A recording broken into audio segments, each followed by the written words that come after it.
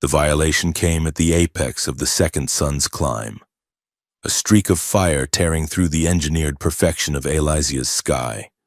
It was a wounded comet, a spear of unauthorized metal-bleeding smoke, and it was headed for the royal preserve.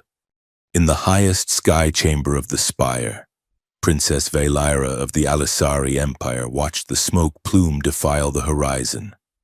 Below her, the capital city, a shimmering construct of spun light and living crystal, registered its offense.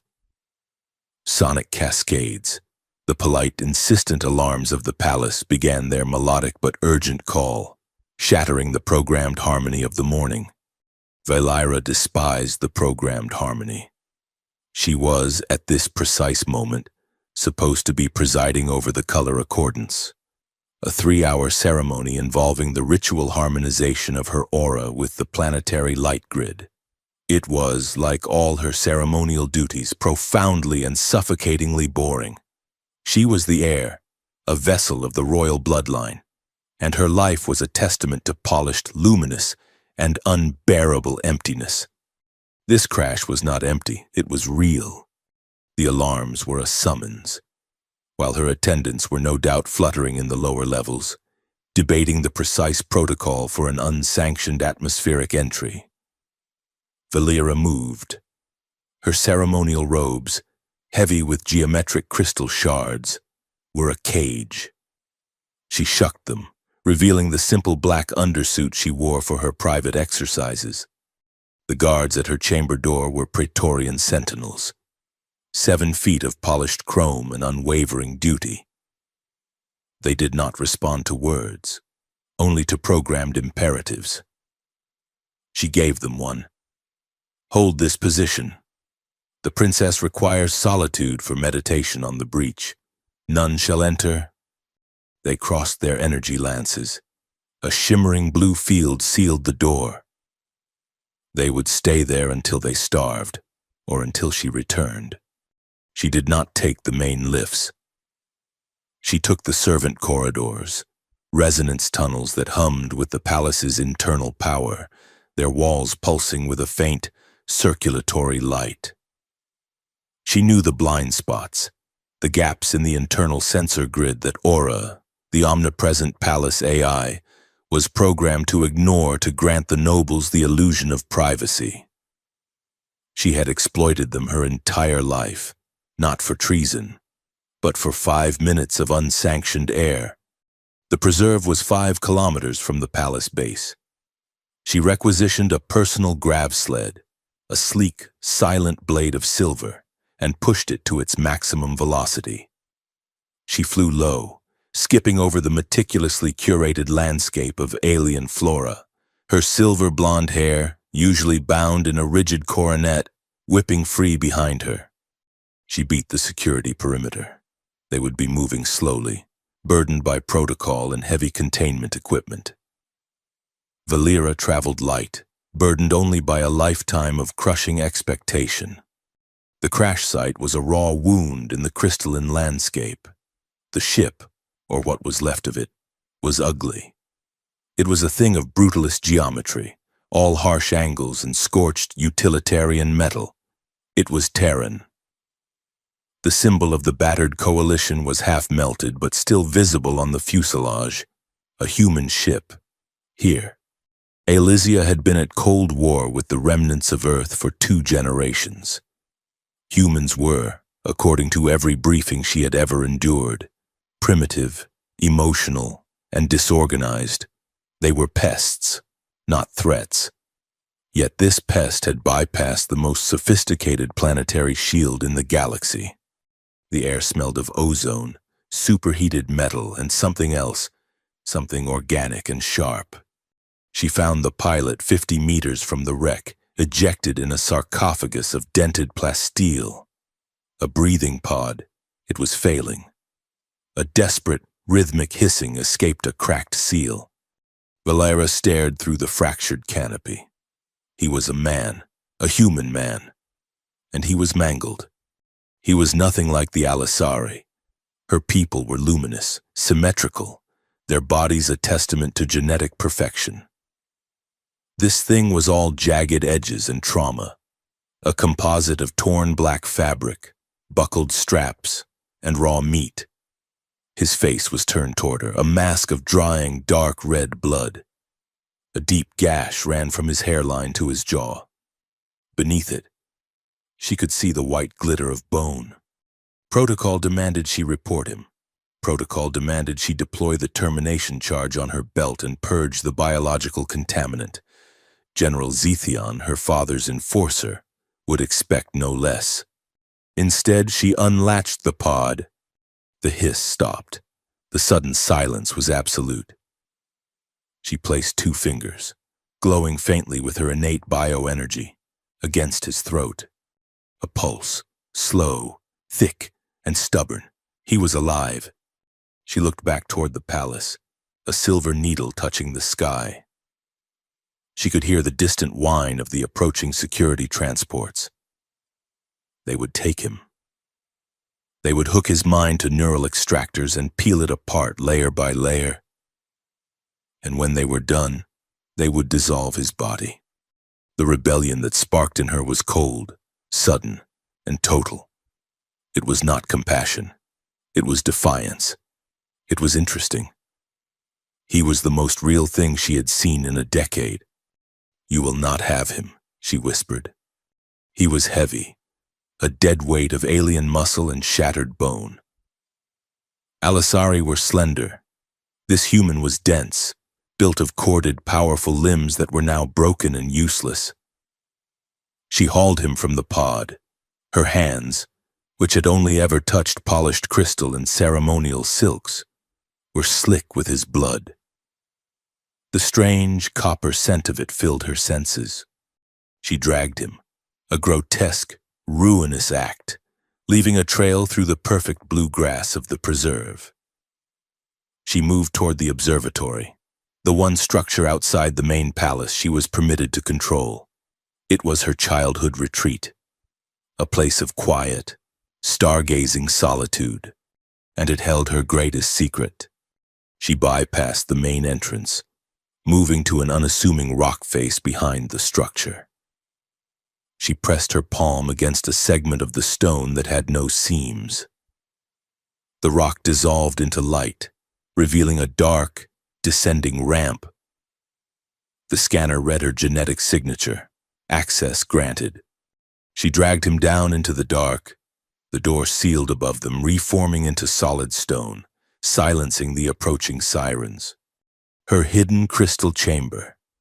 It was a place only she could access, a hollowed-out geode 50 meters beneath the Royal Observatory. The walls were not crystal. They were crystal, a network of living, unprocessed data stone that pulsed with a faint, internal luminescence.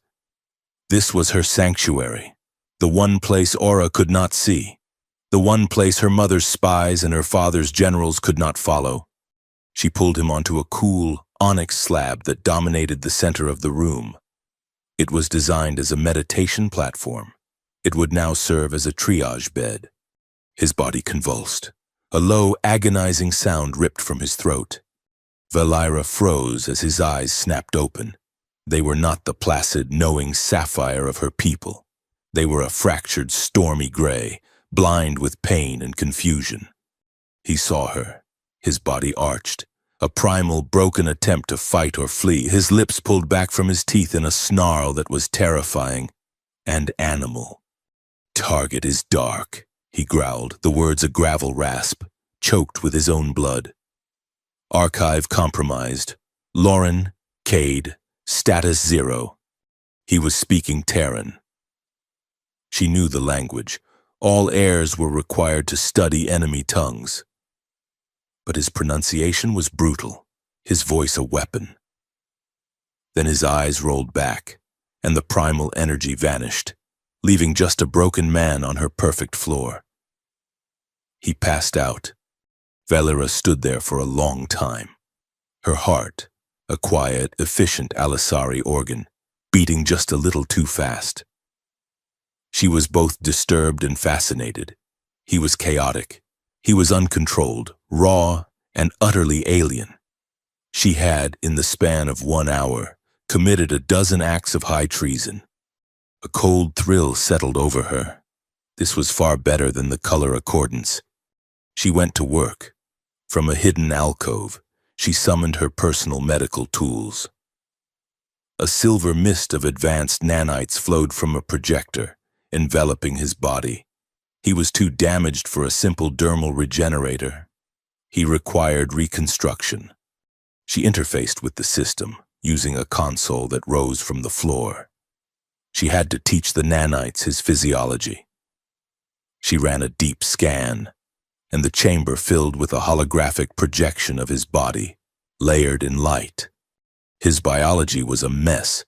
Alisari physiology was logical, cool, and healed by precise genetic instruction.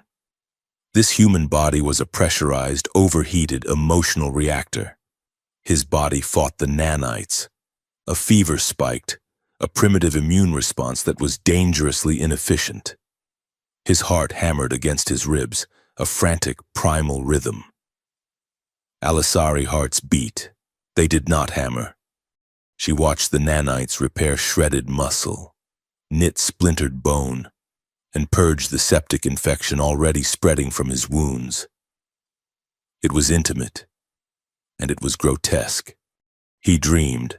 Alisari did not dream. They processed. But the human twitched, his closed eyes moving rapidly. He was sweating. This saline water response to heat was, from a biological standpoint, absurd. And the scars. The nanites could repair the new trauma, but they faltered on the old. His body was a map of prior violence, a puckered circle of tissue on his shoulder, a long white line that curved around his ribs, a lattice of burns on his left forearm. Alisari had no scars. Perfection was maintained. This man was his history, etched into his skin. She worked for hours, diverting the chamber's power to the task. She was a biologist, an engineer, studying a new, fascinating and volatile species. Then, she heard the chime. Aura. The palace AI was gently requesting her presence. She had been in meditation for too long. Valera left the human, stabilized and cocooned in the silver mist, and ascended to the main observatory. She activated her console. Aura, confirm observatory status. Status is green. Princess. The AI's voice replied, a placid, synthesized contralto.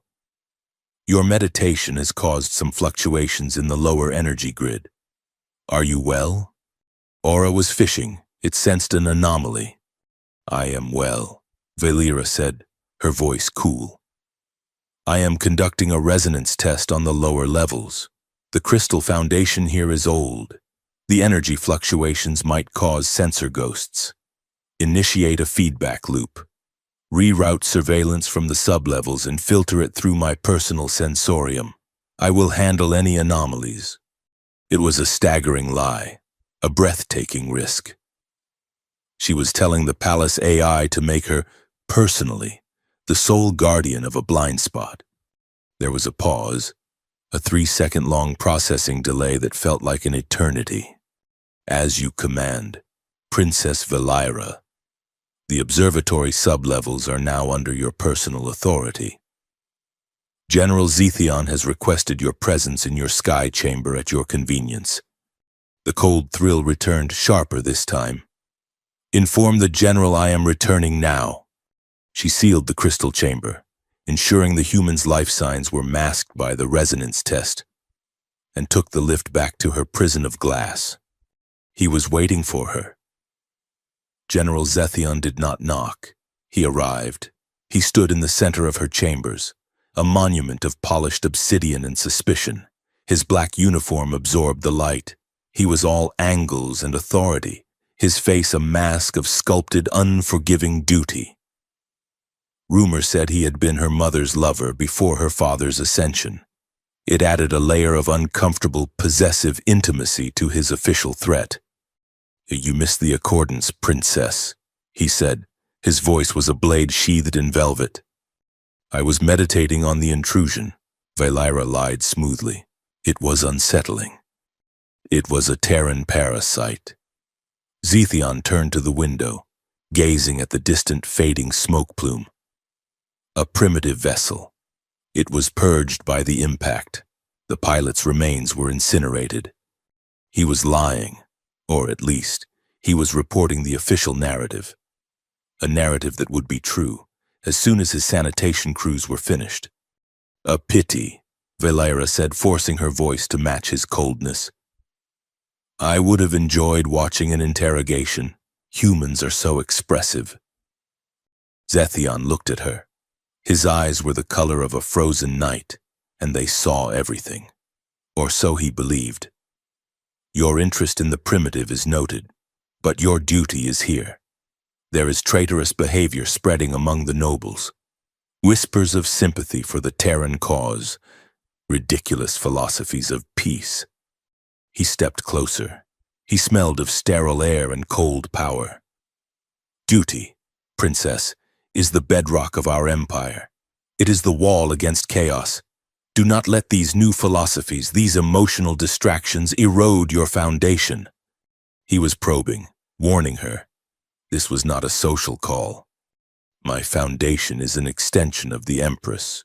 General, she said, using her formal title, a shield against his intimacy.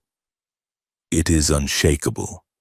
He held her gaze for a moment longer, then gave a short, sharp nod. See that it remains so. He left. The room felt 1,000 degrees colder. Valyra stood still until her trembling stopped. The encounter had terrified her, but it had also clarified something. Zethion was hunting for traitors, and she was, definitively, one of them. She returned to the crystal chamber. The third cycle of the day was beginning. The nanite mist had receded. The human was whole. The gash on his face was gone, leaving only smooth, new skin. The broken bones were set, the internal bleeding stanched. He was still covered in his own blood and the grime of the crash, but he was no longer dying. She began questioning the official narratives of the war. Zethion was too certain, the Empire was too perfect, and humans were, apparently, too primitive to breach their defenses, except when one did. As if summoned by her thoughts, the man on the table stirred. His breath hitched. He mumbled, still trapped in the fever of his dreams. No, not the archive. They can't the breach Alisari archive breach. Valyra froze. It was an impossibility. A myth. The Alisari archive was the codified history of the galaxy, the sum of all knowledge, secured by quantum entanglement and 6 layers of genetic firewalls. A breach was a theoretical concept, a heresy whispered by fringe thinkers. But this brute, this primitive spy from a failed species, knew the name of the impossibility. How could humans, who struggled to maintain stable fusion, know anything about the archive? Unless the narrative was a lie, unless the war was a lie, unless her entire life was a lie, built on a foundation Zethion claimed was bedrock, but which she now suspected was hollow. She stayed there as the chamber's light cycle simulated night. She watched him, not as a specimen, not as an enemy, but as a walking, breathing, terrifying catalyst. He was stable. The simple, stubborn rhythm of his life continued, his chest rising and falling. She noted the lack of Alisari symmetry in his features. His face was too angular, his jaw too strong, his mouth too wide. It was compelling. He was warm. Her people were cool-blooded, their temperature precise. This man radiated heat. He was a furnace in the cool, sterile room. She found herself drawn to the warm skin over his heart.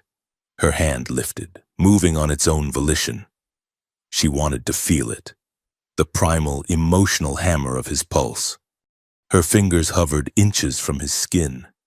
The air between her hand and his chest crackled with a strange gravity. She could feel the heat of him. This, she thought, is the real treason. not hiding, not the lies to Aura or the defiance of Zethion. This inexplicable, terrifying curiosity. This desire to touch the chaos. Valera retracted her hand, but she did not leave. She sat in the darkness, watching the human breathe. He awoke with a violence that was utterly alien. It was not the gentle, logic-driven processing of an Alisari emerging from stasis. This was a primal eruption, a resurrection of a body that still believed it was dying. One moment, he was a specimen on a slab. The next, he was a predator. Cade Lauren launched himself from the onyx table, a snarl ripping from his throat. His newly healed muscles, still packed with the memory of trauma, screamed in protest, but his training screamed louder. He saw her, a tall, luminous figure in the crystal half-light, and saw an interrogator, an enemy, a ghost. He lunged for her throat. Valera did not flinch. She had no time for the slow physical act of defense. Instead, she reached for him with her mind. It was not a thought, but an imperative. A wave of pure, cold command that struck him in midair. Cade froze. His body locked. Every muscle, every tendon, every fiber pulled taut and then paralyzed. He was suspended, a breath from her. His fingers crooked into claws, his face a mask of primal fury. But he could not move. He could not even blink. He was trapped in the amber of her will. She held him there, studying the raw, unfiltered terror in his gray eyes. This was the primitive creature General Zethion dismissed. This was the chaos she had invited into her sanctuary. "You are healed," she said, her voice calm, a stark contrast to the violence he projected. "You are not a prisoner, but you will not harm me." She released the mental stasis field, not all at once, but in layers, like peeling back a suffocating skin. The pressure receded. Cade collapsed at her feet, his body shaking, his breath tearing in and out of his lungs in ragged gasps. He was on his hands and knees, slick with the residue of the nanite mist, panting like an animal. He looked up at her, his gaze filled with a furious, terrified confusion. "Where am I? What did you do to me?" "I saved your life," she replied. "Why?" he rasped, pushing himself back until his shoulders hit the cool crystal wall. He was cornered. "Why aren't I dead? Why aren't I in a cell?" "You were a curiosity," Valera said, the response only a partial lie. She did not have a better one. "Your ship was destroyed. The official report says you were incinerated on impact. As far as the Alisari Empire is concerned, Cade Lauren does not exist." His name, spoken in her precise alien cadence, seemed to steady him. He processed this. He was a spy. He understood deception. But this was something else. "So what am I? Your pet? Your science project?" "For now," Valera said, turning away to a console. "You are my secret, and you are weak. Do not try to attack me again." The recovery was a slow, barbed negotiation. The first 2 cycles, he was silent, a hostile presence in her sanctuary. She brought him nutrient packs, the same sterile, efficient fuel the palace guards consumed. He refused them, his eyes tracking her with animal suspicion. On the 3rd cycle, she returned to find the packs torn open, empty. "You need to eat," she told him, her voice devoid of sympathy. "I need my gear," he countered, his voice stronger. "It was vaporized, along with your ship." "The data core?" "Nothing was recovered. You are all that is left." This seemed to haunt him more than the crash itself. He was a soldier without a mission, a messenger without a message. On the 5th cycle, he spoke without being spoken to. "You look like one of them, the royal caste. But you're not. You're different." Valera was busy running a diagnostic on the chamber's atmospheric filters. "I am Princess Valera," she stated, as if announcing an irrefutable and boring fact. He laughed, a short, barking sound that echoed strangely in the crystal room. A princess? Of course. So, what's your angle? Princess, are you a traitor, or just bored? I am obligated, she said, choosing the word with care. My life is a structure of politics and pressure. Every breath I take is scheduled. Every aura I project is ceremonial. She gestured to the shimmering walls around them. This is the only place I am not. A cage of crystal instead of a cage of glass, he observed.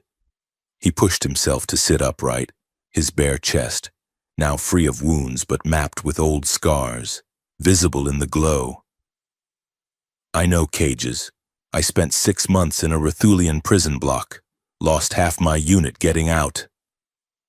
She looked at him, truly looked at him for the first time. You are a spy. I am a coalition operative, he corrected. Espionage, infiltration, and when necessary, extraction. I came here for something my superiors thought was worth me.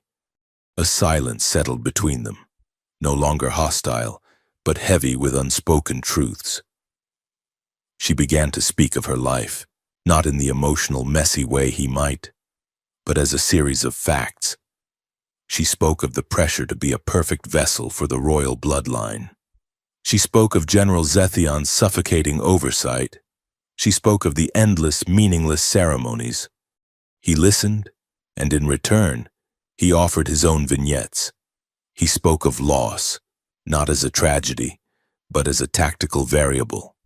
He spoke of the betrayal he felt, not just from her empire, but from his own coalition, who saw him as just another asset to be spent. We are both soldiers, Princess, he said, his voice quiet. You just have a prettier uniform. The tension in the room changed. It was no longer the sharp edge of fear, it was something thicker, more complex. It became a current that flowed between the perfect, luminous princess and the scarred, primitive man. His body was healing, but the nanites had pushed his system to the brink. The rapid, forced regeneration had left his cellular structure exhausted. He was whole, but he was brittle.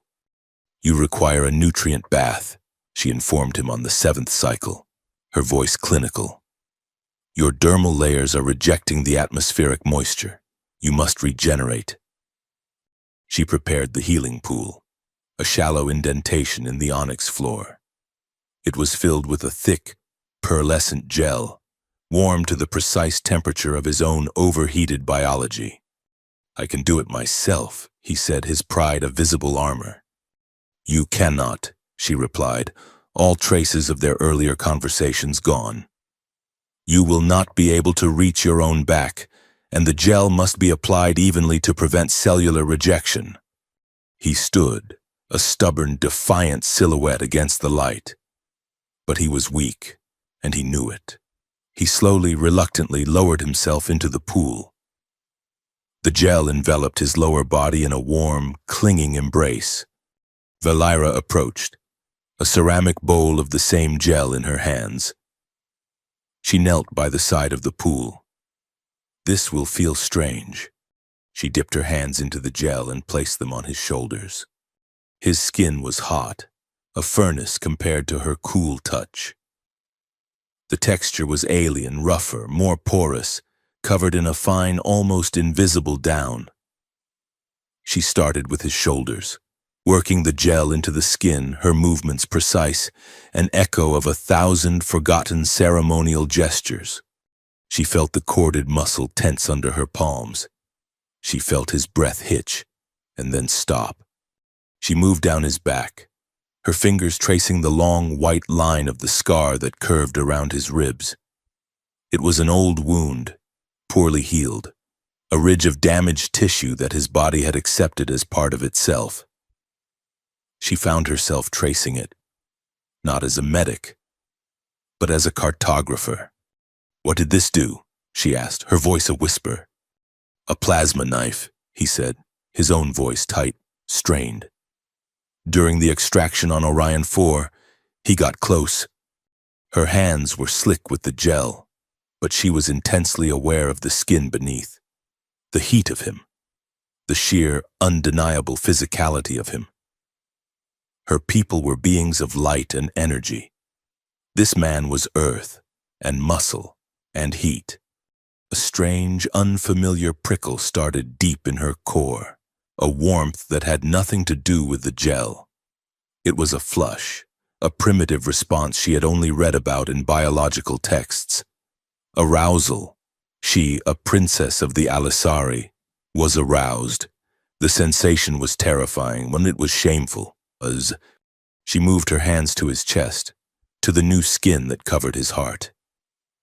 She could feel the steady, heavy thump of it beneath her palm.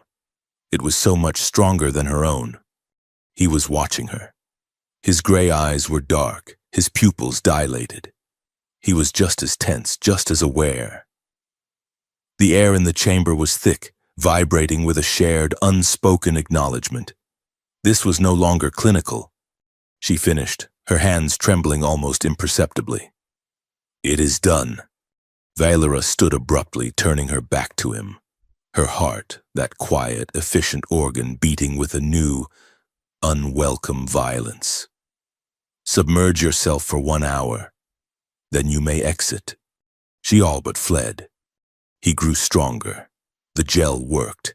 His strength returned, and with it, his paranoia. He did not trust her. He saw her clinical care as a new, sophisticated form of torture.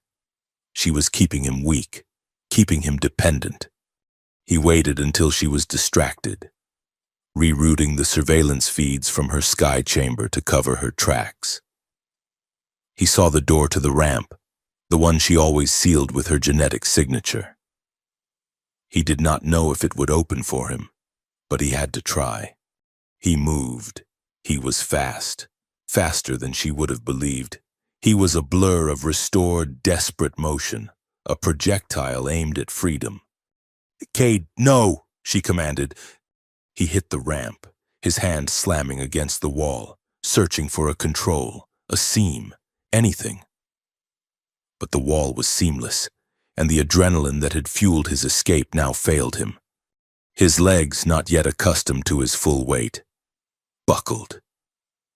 The cellular exhaustion he had been warned about hit him like a physical blow. He staggered, a pained grunt escaping him, and collapsed. Valara did not use the stasis field. She did not have time. She moved, her own speed surprising her, and caught him before his head hit the onyx floor. He was impossibly heavy, a dead weight of dense muscle and bone. He slumped against her, his entire body shuddering, and her arms, slender but strong, wrapped around him. It was the first time they had touched in a way that was not clinical, not violent. It was a rescue. He was delirious, muttering curses, his body on fire with a fever of exertion. He sagged, and his head fell against her shoulder, his face buried in the crook of her neck. His lips, dry and hot, brushed the sensitive skin of her collarbone. A jolt, sharp as a neural hook, shot through her. It was not arousal, not shame. It was a thrill, a pure, undiluted, and absolutely terrifying spark that lit every nerve in her body. He was helpless. He was in her arms, and she did not want to let go. She held him, his ragged breath hot against her skin for a full 5 seconds longer than was necessary. She helped him back to the slab, his arm draped over her shoulder. He was too weak to resist, too exhausted to be proud. As she lowered him down, her hand brushed his thigh, and she felt it. A hard, sharp ridge beneath the skin. It was not bone. "What is this?" she asked, her voice sharp again. The medic returning. He was too weak to stop her. She ran her hand over the spot, a perfectly smooth subcutaneous lump. He had been so mangled. The nanites had simply healed the skin over it, mistaking it for a part of his biology. "It's nothing," he muttered. "Do not lie to me." She brought over the deep scanner, the one she had used to map his injuries. The scan revealed it, a cryptic dark crystal no bigger than her thumb, embedded deep in his quadriceps. It was a thing of impossible alien geometry, and it was pulsing, a faint, unstable energy signature, completely out of sync with his body. "A data crystal," she whispered. "Get away from it," he ordered, his voice suddenly cold. But she couldn't. She pushed the scanner closer, trying to read the signature. Her console flickered. The data was shielded, encrypted at a level that made Alisari royal code look like a child's primer. But the chamber, the living data stone of her sanctuary, resonated with it. The walls began to pulse, a faint echo of the crystal's rhythm. And on her console, fragmented, corrupted files began to appear. They were not Terran, they were ancient Alisari. She saw gene sequencing codes. She saw complex bloodline charts. She saw her family's crest, the double star of Alesia, intertwined with a black helix, a forbidden helix, a human helix. She saw dates, timestamps that predated the Cold War by a century. And she saw a name linked to the helix, her mother's name. The implication was a physical blow.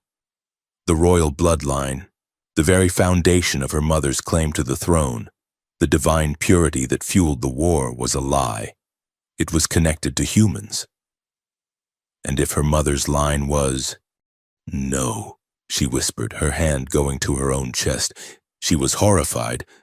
She had to get out. She had to think. She left him, stunned and silent, on the slab and fled to the observatory. She was reeling, the entire structure of her world dissolving. General Zethion was waiting for her. He stood in the center of the observatory, his black uniform drinking the starlight.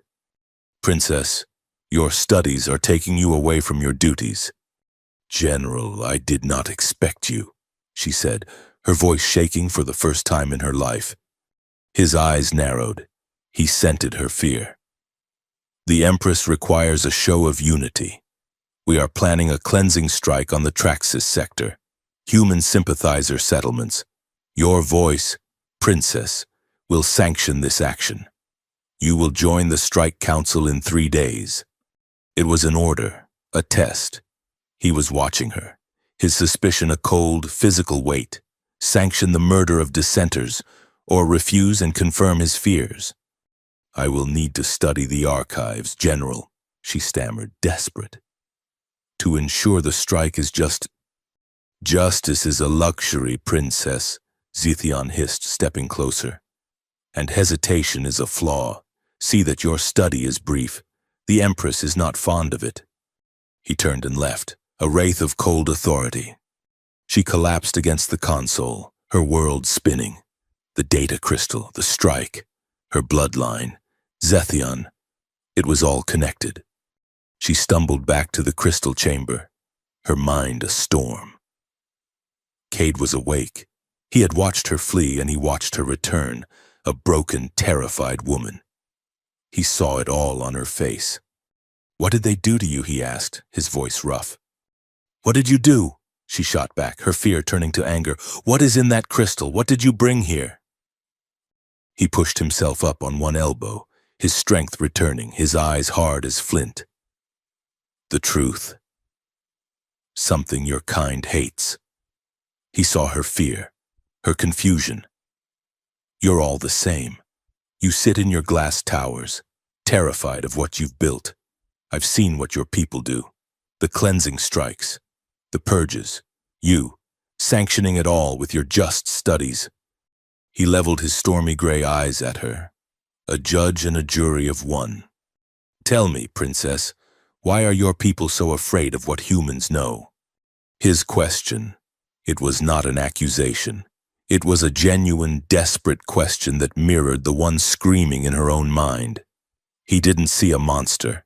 He saw a prisoner, just like him. The terror, the betrayal, the shame, the forbidden thrill.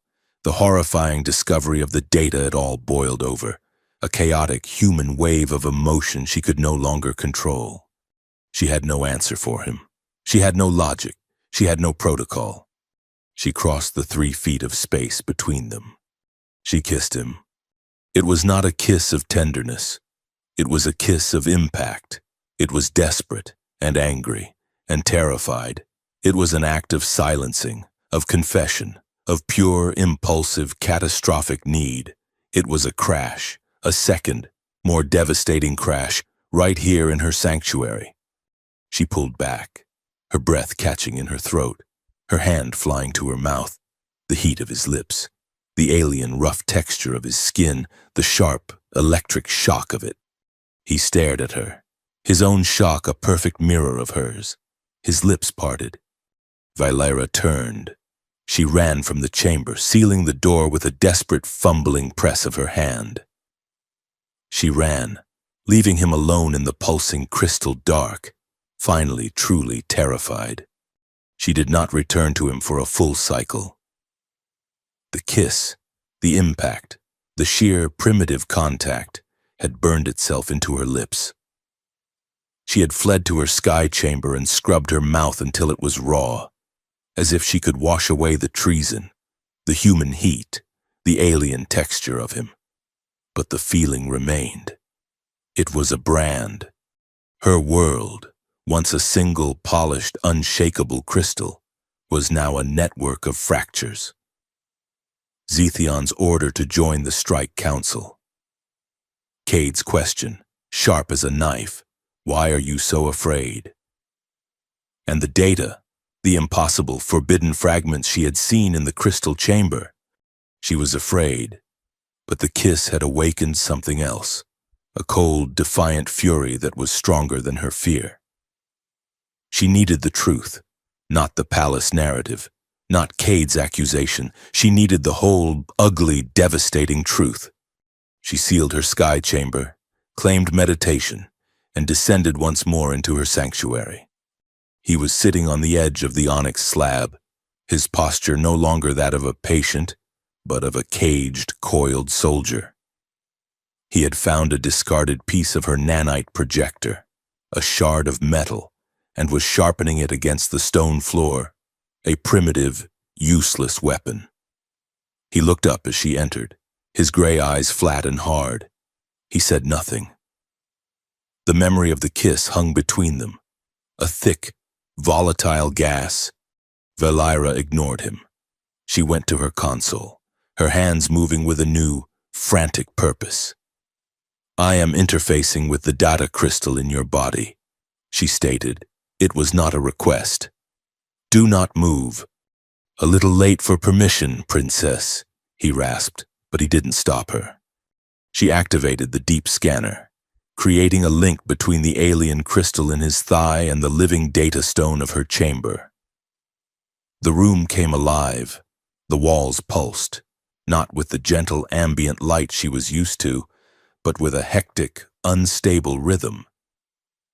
The air crackled with energy. Data, corrupted and encrypted, flooded her console. It was a torrent.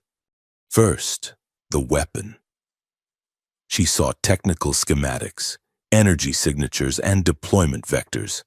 It was codenamed Hecate's Whisper. It was not a bomb. It was not a laser. It was a wave, a frequency designed to target a specific recessive genetic marker, a marker found almost exclusively in populations with mixed Alisari and ancient human ancestry. It was a purge, a genocide tool, and the target coordinates matched the settlements in the Traxis sector, the human sympathizer settlements. The data log showed the weapon was not Alisari. It was reverse-engineered from recovered artifacts, ancient, outlawed human technology. The same technology Cade's coalition superiors had sent him to find proof of. An illegal, unholy alliance that predated the war, an alliance her mother, the Empress, was now using to consolidate her power and ensure the purity of the bloodline. Cade's crystal, she realized, was the last uncorrupted copy of the original transaction. It was the last proof. "Your mother," Cade's voice was low. He was watching the projections flicker across the walls. She's not just a tyrant. She's a war criminal. Valera's blood ran cold. She barely heard him. Her hands were flying across the console. Her mind lost in the second, more horrifying revelation. The gene sequencing codes she had glimpsed before, they were not just random files. They were a key. She opened her own private, royally sealed genetic file. It was the record of her bloodline, the proof of her inheritance, the most secure document in the Empire. And she ran a comparison. The screen lit up, the black helix, the forbidden marker. It was there, in her. The data was absolute, 100 generations ago. A human ancestor. Not just an ancestor, but a direct genetic modification. A secret, illegal splice, designed to introduce what? Resilience? Ambition? Or perhaps the very emotional chaos that was currently tearing her apart. She was not a pure-blooded Alisari. She was a hybrid, a lie. Her title, her inheritance, her entire life, all of it was built on a fraud. And the purge her mother was orchestrating was a purge against people like her. She stumbled back from the console, her breath gone. A high-pitched, terrified sound caught in her throat. "You see it, don't you?" Cade said. He was standing now, the sharpened shard of metal in his hand, though he wasn't looking at her. He was looking at the gene sequence projection on the wall, his face a mask of grim understanding. "You're one of them," he whispered. "The dissenters, the sympathizers. You're part human." "No," Valera choked out, the word a reflex. "It's a lie. The data is corrupted. It's Terran propaganda." "Is it?" He turned on her, his voice rising, the anger of a man who had lost everything finally breaking free. "Look at me. I'm here because my superiors believed your Empress was using illegal tech. I'm here because your people are slaughtering whole colonies, not in a war, but in a systematic cleansing. And you've been living up here in your crystal tower, complicit in it all." "I am not complicit," she screamed, her voice cracking, the unfamiliar human-like shout tearing her throat. "I did not know. How could I know?" "You didn't want to know," he roared, taking a step toward her. It was easier to be the perfect, polished princess. Easier to meditate and attend your ceremonies and pretend the groans of the dying weren't loud enough to reach your sky chamber. "You don't know my people," she defended, her defense hollow, her heart hammering. "You don't know the pressure, the traditions, the duty." "Duty?" He laughed, a bitter, ugly sound. "Is that what you call it? Sanctioning the murder of your own kind? Because that's what's happening. They're not just sympathizers, Valera. They're family. The name, her name, spoken with such raw human anger, it shattered the last of her defenses. He was right. She saw it all. Her mother's coldness, Zethion's paranoia, the endless obsession with purity. It was all a desperate, bloody attempt to hide the truth, to hide what she was. Valera broke, the strength that had held her together. The cool, logical Alisari control dissolved, and the human emotional core she never knew she had tore itself free. A sob, a raw, racking, agonizing sound she had never made in her life, ripped out of her. She collapsed against the console, her legs giving way. "I don't know," she wept, the admission a surrender. "I don't know the truth. I don't know anything anymore. I don't know." The silence that followed was more profound than the shouting. Cade stood frozen, his anger instantly extinguished by the sight of her, the luminous, untouchable princess, utterly broken at his feet. He slowly lowered the metal shard, letting it clatter to the floor. The sound echoed. He watched her cry. It was a messy, terrible human thing. Her perfect, symmetrical face was blotched and wet, her body shaking with uncontrolled, primitive grief. After a long moment, the sobs quieted. She was left empty, hollowed out, her entire identity erased. She looked up at him, her eyes, the luminous sapphire of her people, now just the eyes of a terrified, lost woman. A new cold dread crept into her. He had seen her, all of her weakness, her truth, her shame. And he was a spy, an enemy. "What do you want from me?" she whispered, her voice raw. "The truth," he said, his own voice quiet, all the anger gone. "The same thing you want. And what will you do with it?" Her fear twisted, finding a new, sharp edge. She saw herself a pawn in his game, a tool to be used. Is this all part of it? The crash? The seduction? She got to her feet, wiping her face with a shaking hand. Was this your mission? Find the broken half-human princess and turn her? Use her to tear the empire apart? In a heated, desperate rush, she confronted him, pounding a fist against his solid, warm chest. "Are you just seducing me to escape?" Cade did not move. He let her hit him. He let her rail against him, absorbing the desperate, chaotic storm of her grief and fear. Then his hands, calloused and scarred, shot up. They did not grab her wrists. They cupped her face, holding her head, forcing her to look at him. His grip was firm, not gentle, a statement of fact. Her breath hitched. She was trapped by his gaze, by the sheer physical heat of his palms against her skin. "I am a soldier, Valyra," he said, his voice a low, gravelly intensity that vibrated through her.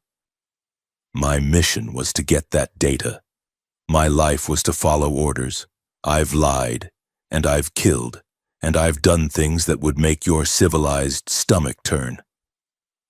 He pulled her a fraction of an inch closer.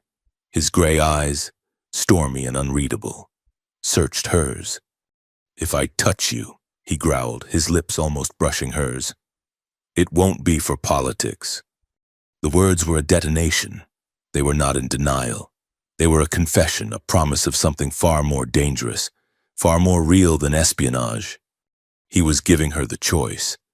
And he was telling her, in the only way he knew how, that for him, the mission was over. And this was new. She stared at him, her mind, her body, her very blood at war with itself. The Alisari in her screamed traitor, primitive, unclean. The human in her, the newly discovered, terrified, raw, and aching part screamed yes. She was the one who closed the last millimeter. The kiss was not like the first one. The first had a desperate impact. This was a drowning. It was raw. It was a confused, angry, and desperate collision of two species, two worlds, two people who had nothing left to lose but each other. His mouth was not the polite, cool press of Alisari ritual. It was hot, and demanding, and human. He tasted salt, and metal, and a fire she had never known. His hands moved from her face, one sliding down her back to press her against him, the other burying itself in her long silver hair, scattering the ceremonial pins that held it. He was pulling her apart. She answered with her own desperate, unpracticed fire, her hands clutching his shoulders, her nails, for the first time, digging into his skin. She felt his scars, the proof of his violent, real life, and she wanted to be a part of it. This was not a seduction. This was a conflagration. He pulled back, his breath ragged, his forehead pressed against hers. "The pool," he rasped, his voice thick. It was the only place, the place of healing, the place of vulnerability. She led him, their hands clasped, their bodies trembling. The healing pool was still full of the pearlescent gel. They didn't drain it. They stepped into it together, the warm, thick liquid enveloping them, a second skin. There, in the pulsing light of the crystal walls, surrounded by the data of her family's lies, she gave him the one thing that was truly hers, her broken hybrid and utterly terrified self. It was a night of raw, confused interspecies desire. It was clumsy, and it was desperate. It was a revelation of physical and emotional barriers breaking down. She discovered the heat of his skin, the heavy, solid weight of his limbs, the frantic, powerful hammer of his heart against her own.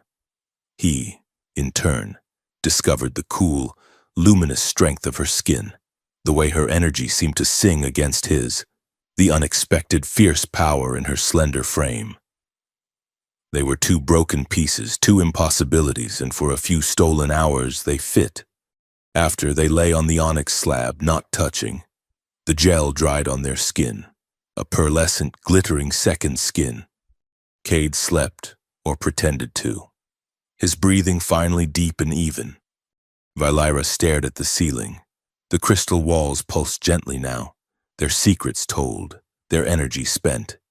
She was horrified. She had betrayed her title. She had betrayed her people.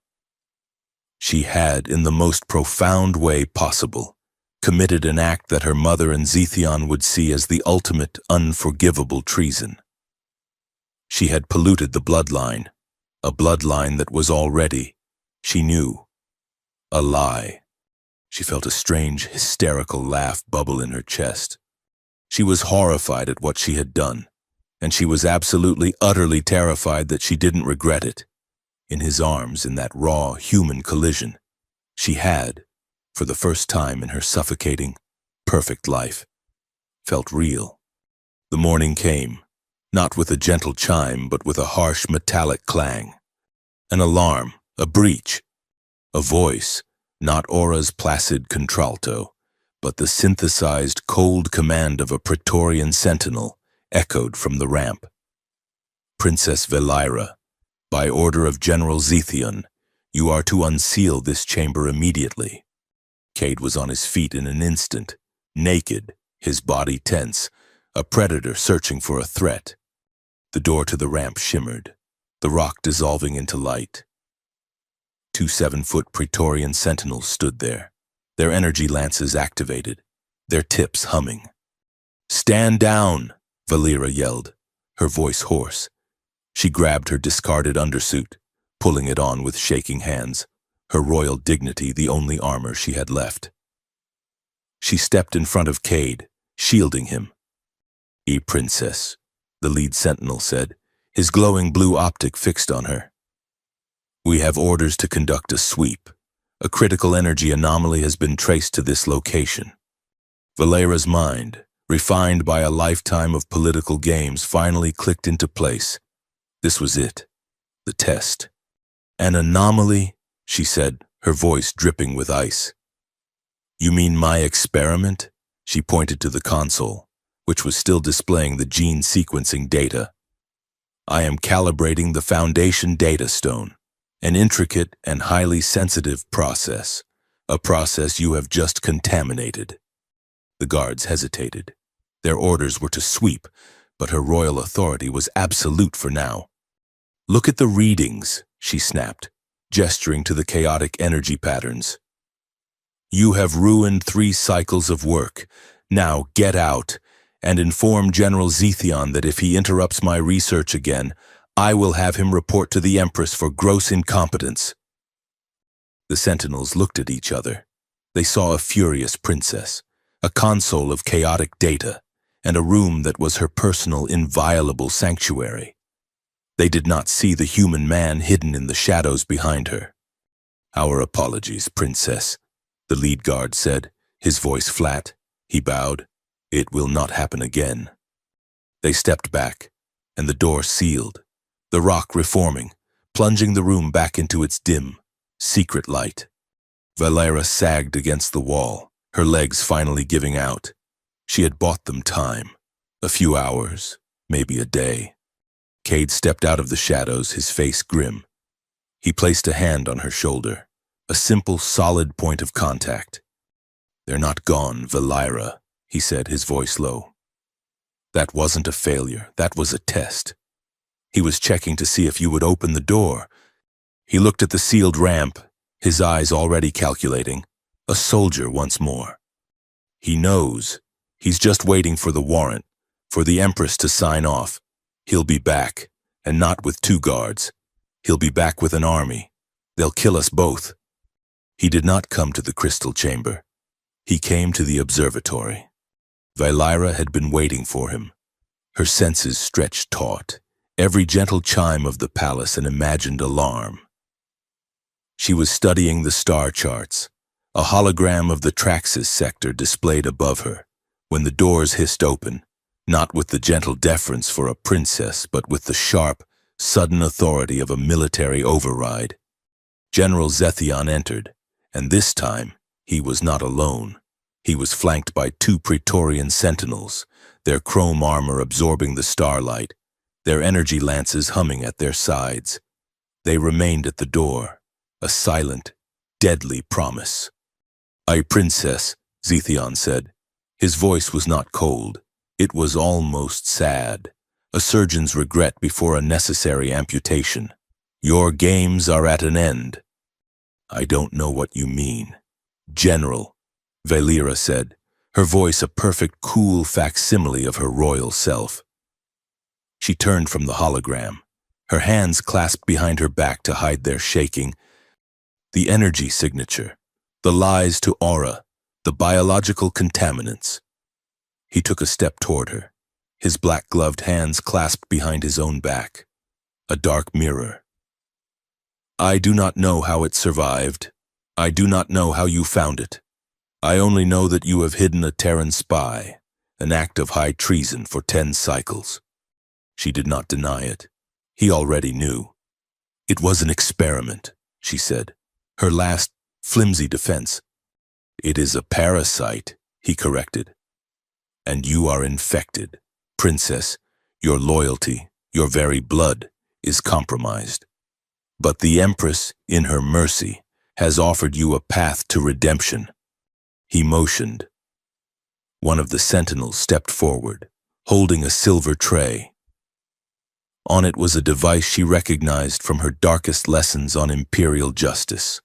A neural interface, a tangle of fiber-optic wires, and a set of 6 needle-thin rods, neural hooks.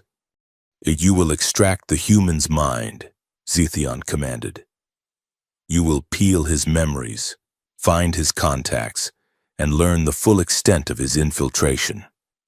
You will give this information to me, and you will give the creature's corpse to the sanitation guard." "You want me to—" She stared at the hooks, horrified. "To kill him." "I want you to cleanse this palace," he hissed, his control finally breaking, his voice a blade. "I want you to prove that you are still an Alisari, that you are still the heir, and not some emotional primitive thing. You will extract its mind, or you will be charged with treason, and I will do it myself. And I," he added, his voice dropping to a whisper, "will not be gentle." He delivered the ultimatum. "You have 1 hour." He turned and left. The sentinels remained. They were not her guards. They were her jailers. She stood for a long time, the starlight painting her in silver and shadows. The path to redemption. He had offered her one last brutal chance to be the person she was meant to be. She picked up the tray. The metal was cold. She descended the ramp to the crystal chamber, the 2 sentinels following her, their heavy metallic footsteps an echo of her own doom. They stopped at the entrance. "We will be here, Princess," the lead one said.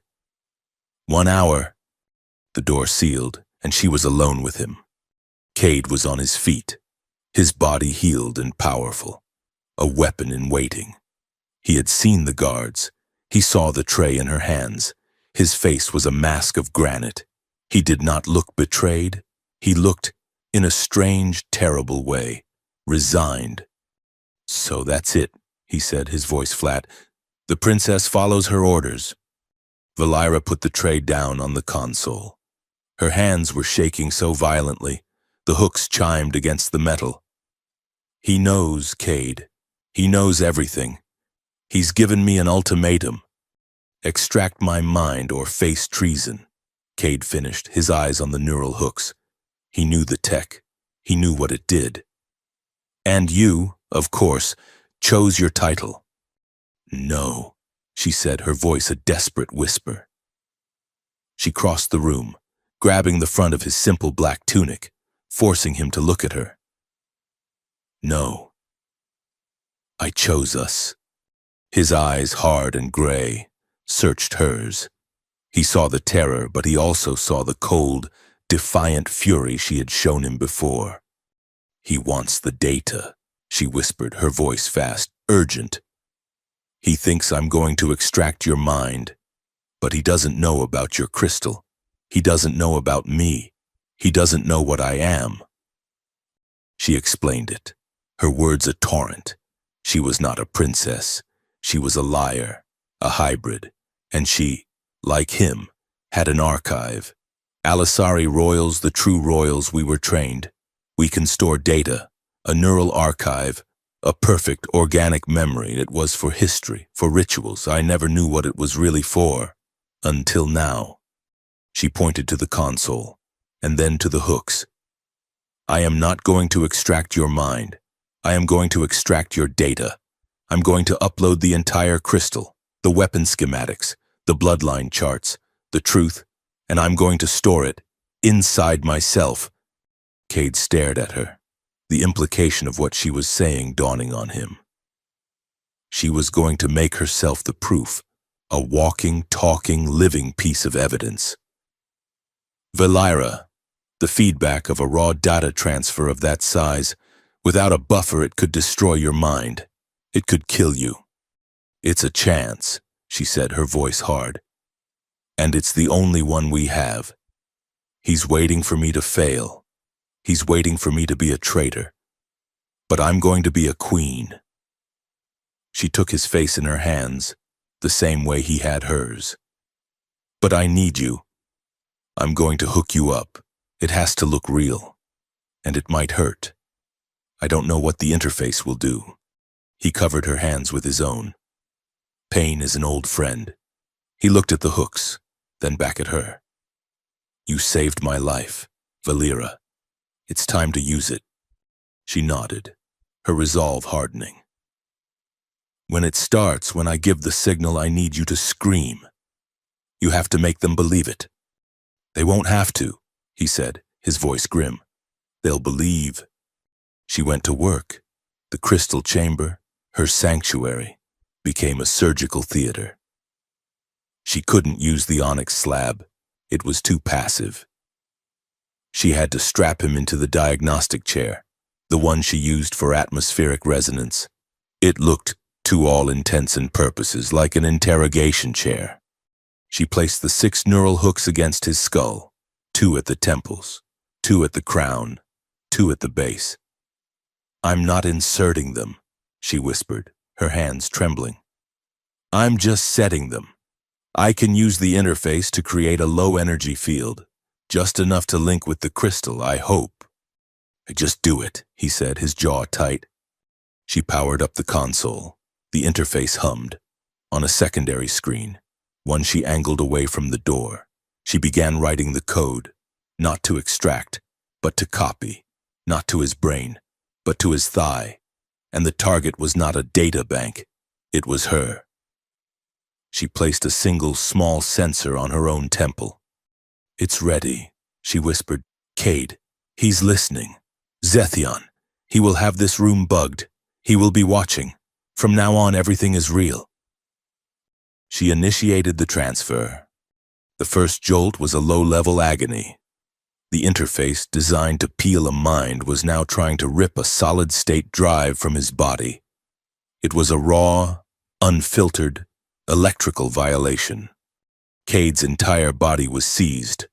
A low groan tore from his throat as his muscles locked, his back arching against the restraints. It's working, Valira whispered, her eyes wide, watching the data stream flicker on her console. Schematics, gene sequences, the black helix. It was flowing, a river of light. But it wasn't flowing to the console. It was flowing through the sensor into her. It felt cold. 1 billion trillion bits of information, of history, of lies pouring into her mind.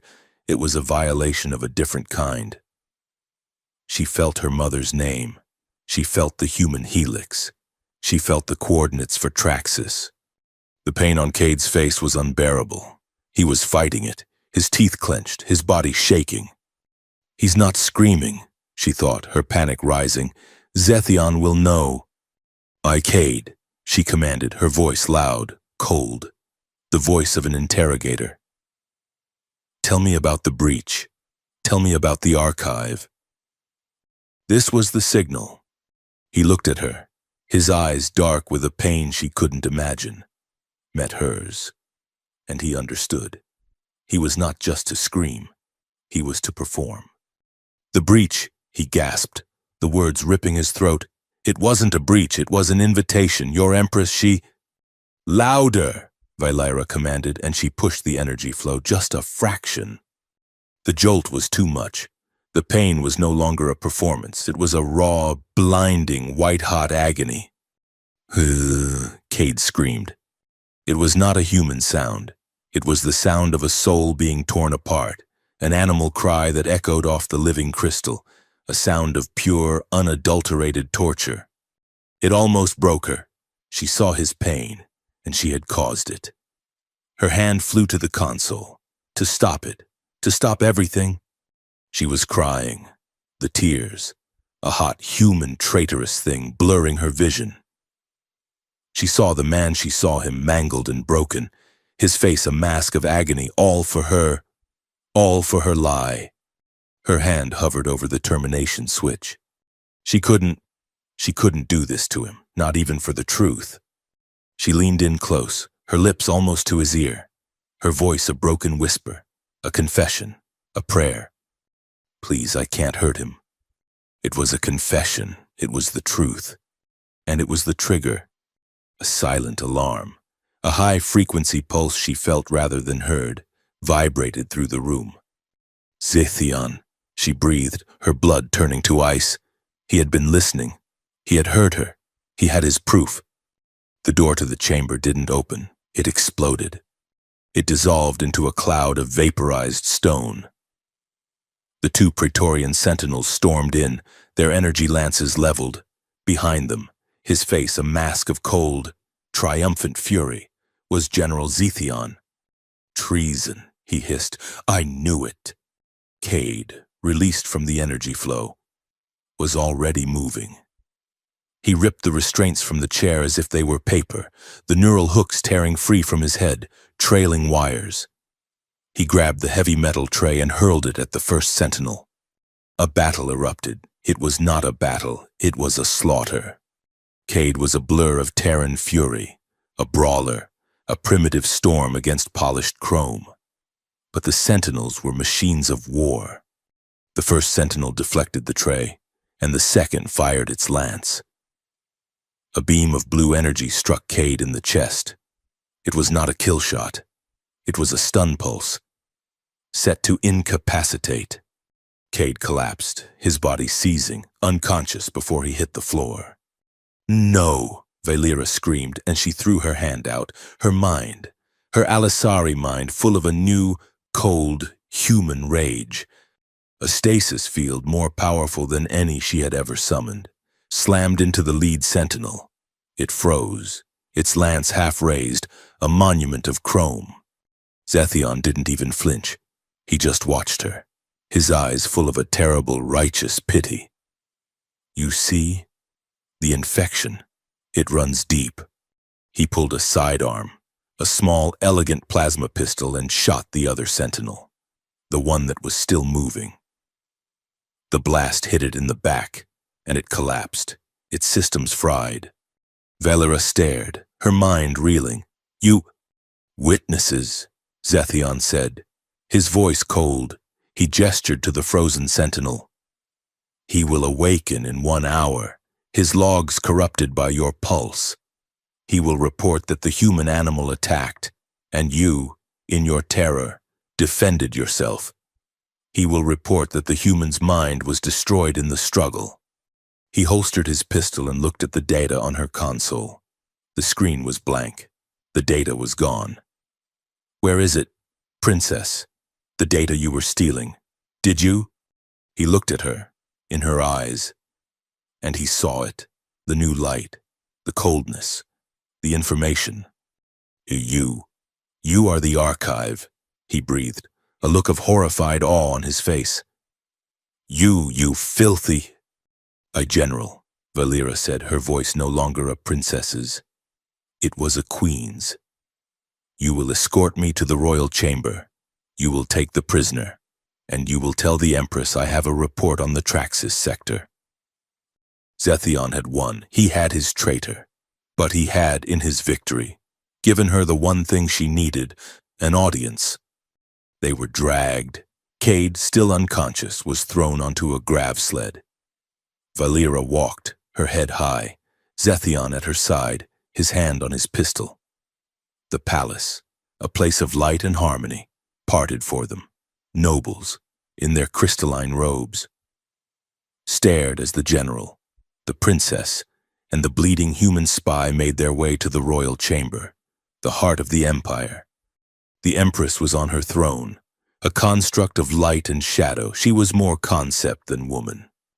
A general, you disrupt the court, her voice echoed, a chorus of perfect placid tones. And you bring filth into my hall. Empress, Zethion said, kneeling, I bring you a traitor. No, Valera said, her voice ringing out clear and strong, cutting through the Empress's echo. He brings you the truth. She stepped into the center of the room. I am Valera, daughter of the royal bloodline, and I am a liar. She closed her eyes. She opened her mind. The royal chamber was a data hub. It was designed to resonate with the royal family, and when it resonated with her, a hologram, raw and unfiltered, erupted from her, filling the center of the hall. It was the data. The court saw it all. They saw the Hecate's whisper schematics. They saw the illegal ancient human tech.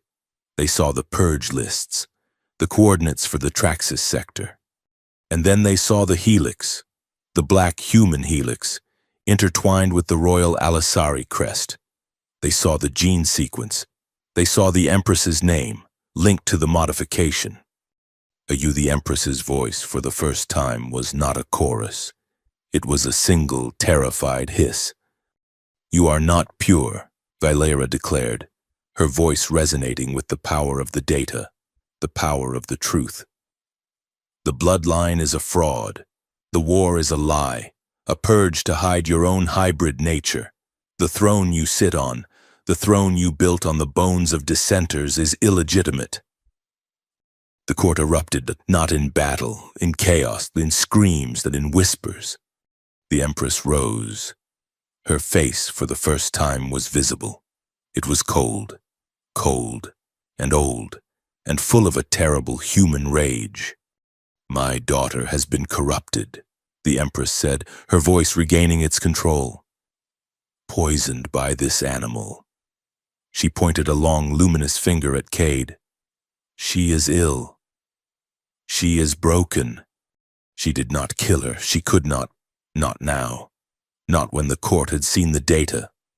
You are no daughter of mine, the Empress declared. You are stripped of your title. You are no longer princess. You are nothing. She turned to Zethion. Take the human to the holding cells. He will be processed. And she, the Empress looked at Valera with dead eyes, will be confined to her chambers, indefinitely. It was a living death, stripped of her title, her power, her name. Cade was imprisoned, taken to the deep, inescapable prison gardens, a beautiful, sterile cage beneath the palace. She was a ghost in her own home, a pariah. The nobles who had once bowed now looked away. But she was not a princess. She was an archiver. She found him 2 days later. The guards at her door were new, and they had orders to let her see no one. But they were not sentinels. They were palace guards. And she, even as a nothing, still knew the palace. She knew the blind spots. She found him in the prison gardens. It was a vast glass-domed cavern full of engineered flora, a mockery of freedom. He was sitting on a stone bench, his face bruised, his chest bandaged, watching a waterfall that recycled the same water, over and over. He looked up as she approached. He did not smile. He looked defeated. She sat next to him. They said nothing for a long time. The only sound was the hiss of the waterfall. "You lost everything," he said, his voice a low rasp. "Your title, your home." "I lost a cage," she replied, her voice quiet. "The data, it's still there, inside me. They can't take it." He looked at her, his gray eyes, the ones that had been so full of fury, now just full of a terrible, quiet sorrow. "And what good is it? We're trapped. You're a prisoner. I'm a dead man." She put her hand on his. His skin was warm, real. "We're alive." He turned his hand, his fingers lacing with hers. He looked at their joined hands, human and Alisari, spy and nothing. He pressed his forehead to hers, a gesture of shared, quiet, emotional defeat. "You saved me," he whispered, his eyes closed. "In that chamber. You were willing to lose it all, just to stop the pain." He pulled back, his eyes opening, and in them she saw a new, cold, familiar fire. The soldier was back. "You saved me. Now let me save them." She was a ghost for 3 days. Valera haunted the palace she once called home. Stripped of her title, her attendants, and her guards, she was now nothing. A pariah confined to her chambers. But her chambers were the sky chamber, the highest point in the spire. And the nothing she had become was the most dangerous woman on Elysia. She was an archiver. She was a walking, living cache of the Empire's darkest truths, and she was, for the first time in her life, utterly and completely free. With nothing left to lose, she had a singular purpose. Cade's final words to her in the garden. "Now let me save them." He had a plan. He had contacts. He just needed a key. And she, the former princess, was the only one who could turn it. On the 4th cycle, she moved. Her new guards were palace regulars, not Zethion's elite. They were bored, lazy, and still half afraid of her former title. She waited until the shift changed, a moment of programmed institutional weakness. She did not sneak past them. She walked out, her hand raised, her mind sharp and cold, pushing a single powerful Alisari imperative. "You see nothing. The chamber is secure." They froze, their eyes glazing over, a simple, elegant mind fog. She had 30 minutes. She moved through the servant corridors, the veins of the palace she knew better than any guard. She did not go to the prison gardens. That was a cage, and Zethion would be watching it. Cade had been moved, as she knew he would be, to the medical detention level, deep beneath the Hall of Justice, to be processed. She stood before a blank, polished wall of obsidian. No door, no controls. But she knew, from her father's private archives, that this was a lie. This was a relic, a transport shaft from the First Empire, one her mother, in her arrogance, had forgotten. Valera placed her hand on the stone. She did not use a code. She used her blood. She pushed a pulse of her own unique hybrid energy into the wall that was designed to repel all but the original true bloodline. A bloodline that was, she now knew, part human. The stone shivered and then dissolved into light. A dark, silent transport awaited. She found him in a stasis cell, a sterile glass box. He was not unconscious. He was awake, his eyes open, forced to watch a loop of Imperial propaganda on a holographic screen. A sophisticated, simple torture. She cut the power. The cell door hissed open. He did not ask questions. He simply saw her, and a slow, dangerous smile, A human smile spread across his face. "Took you long enough, princess." "I am not a princess," she said, tossing him a black unmarked uniform she had stolen. "And we have 10 minutes to cross 5 kilometers of the palace and steal a ship." "Only 10, he said, pulling the tunic over his head. "We'll be early." They did not steal a military ship. They stole a ghost, the Star Chaser, her grandfather's personal courier, a vessel of impossible speed, cloaked in sensor-baffling technology that was now 2 generations illegal.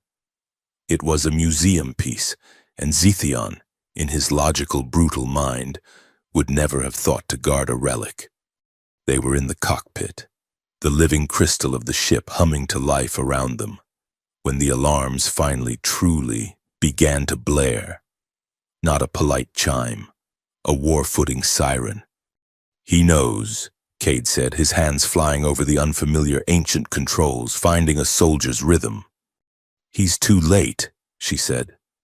Her mind interfaced directly with the ship's navigation.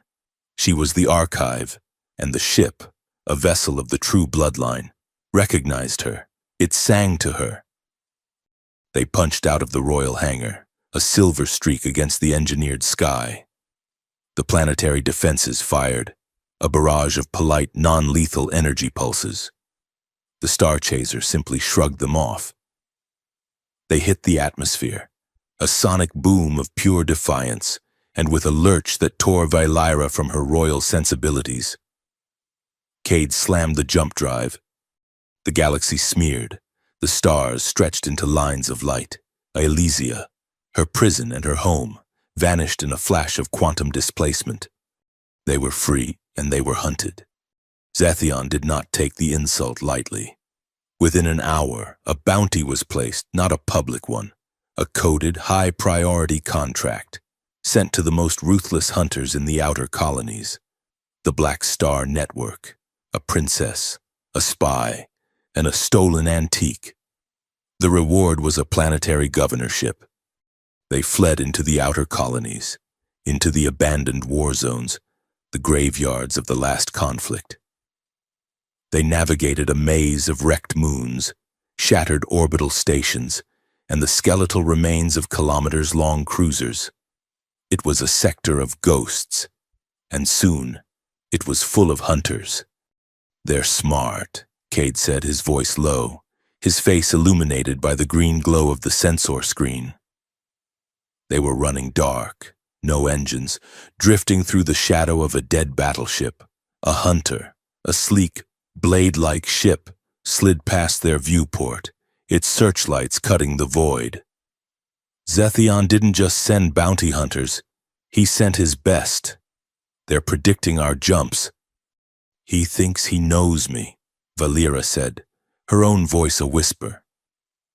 She was studying the hunter's patrol pattern. "He believes I am sentimental, that I will run to the old rebel outposts, the places my father spoke of." "And are you?" he asked, not looking at her. "My father is dead," she said, her voice cold. She pointed to a section of the chart. "And his allies are old. Zethion will be watching them. We're here." She indicated a black, empty patch of space. The Cathrin Void, a place ships avoided, known for its unstable gravitational anomalies. "It's neutral territory," Cade said, a new respect in his voice. "A den of thieves, and the only place that will trade data for fuel, no questions asked." She finished. "I have contacts, my other family. The ones my mother tried to purge, the ones you were sent to find. They fell into a new rhythm. The ship was their world. He was the pilot, the soldier, his body a coiled spring of readiness. She was the navigator, the mind, her brain, full of the archive, sifting through data, predicting routes. One step ahead of the hunters. The tension, the raw animal heat that had defined them in the crystal chamber was still there. But it had changed. It was no longer a fire, it was a low, steady, burning ember. It was the brush of his hand as he passed her a nutrient pack. It was the look in his eyes when she bypassed a hunter's sensor net with a string of impossible ancient code. They were falling deeper, not into passion, but into a stark, desperate respect. They were two halves of a new, dangerous whole. They had just made a short, dangerous jump, skipping through a debris field to shake a persistent hunter. When it happened, the star chaser shuddered, the ancient crystal frame groaning in protest. That was too close, Valyra said, her hand on the console, steadying herself. "You were clear," Cade replied, his voice strained. He was at the helm, his back to her. Sensors are..." He stopped. "Cade?" He made a sound, a low, choked gasp, and his hands flew, not to the controls, but to his head. He arched in the pilot's chair, a silent, terrible scream trapped in his throat. "Cade!" She was out of her seat, rushing to him. He collapsed, falling from the chair, his body hitting the deck with a heavy final thud. He was convulsing, his entire body seized by an invisible, violent force. "Scan!"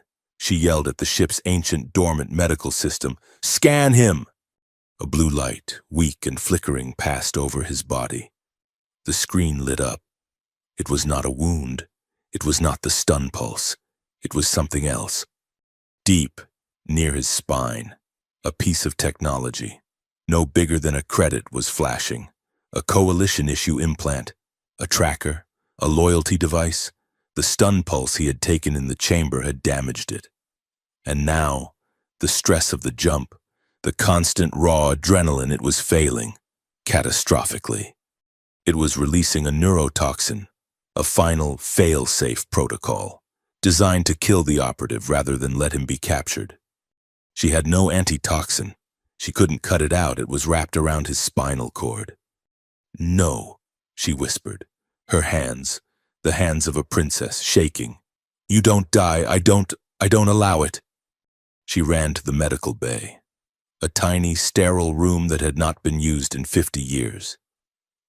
She tore through the supplies, regenerators, bone knitters, all useless.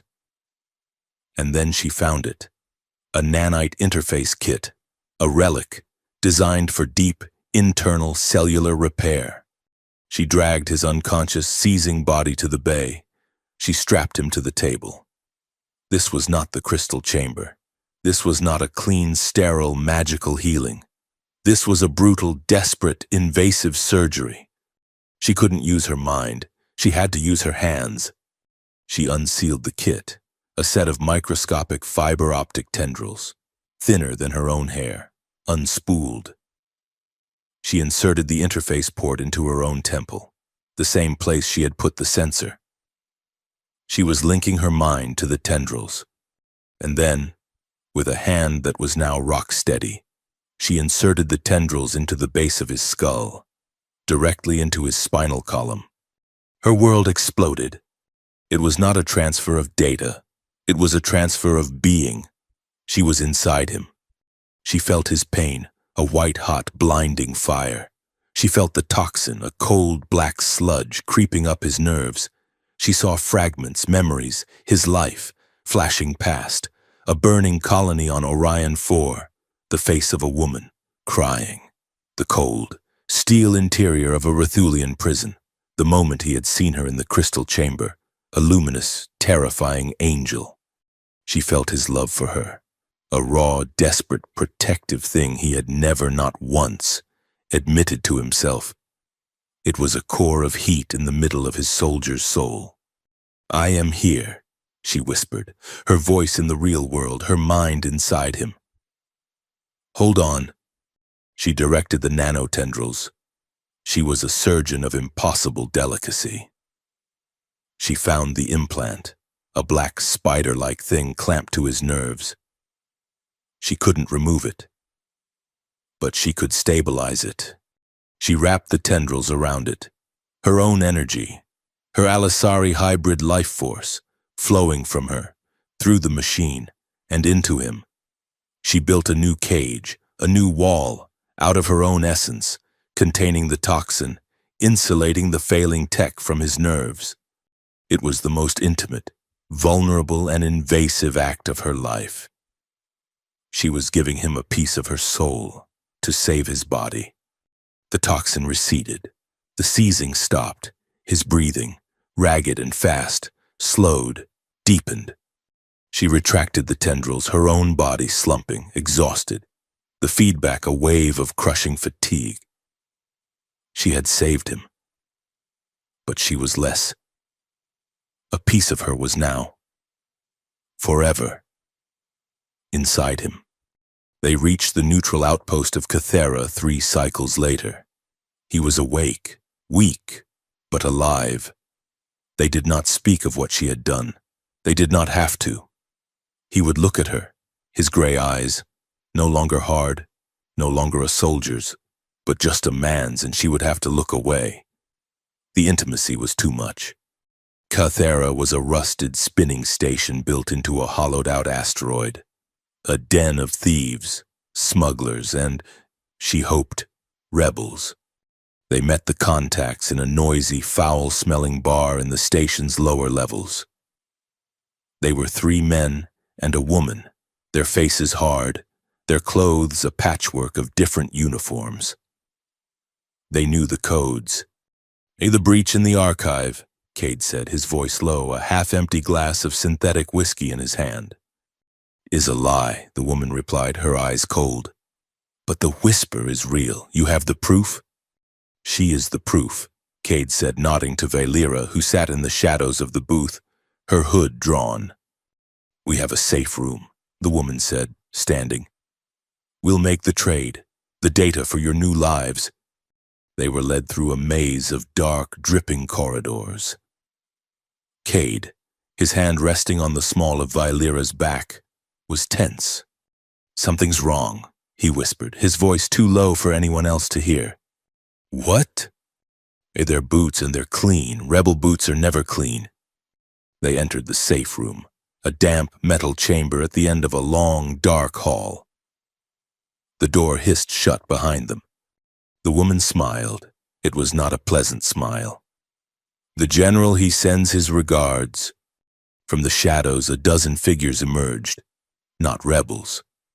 They were Zethion's personal guard, his black sentinels, their obsidian armor gleaming. Ambush. Betrayal. Zethion had known. He had known her contacts. Cade didn't hesitate. He grabbed the table, a heavy metal thing, and hurled it at the lead group, a move of pure, desperate, human violence. "Valera, run!" But she did not run. A sentinel leveled his plasma rifle at Cade.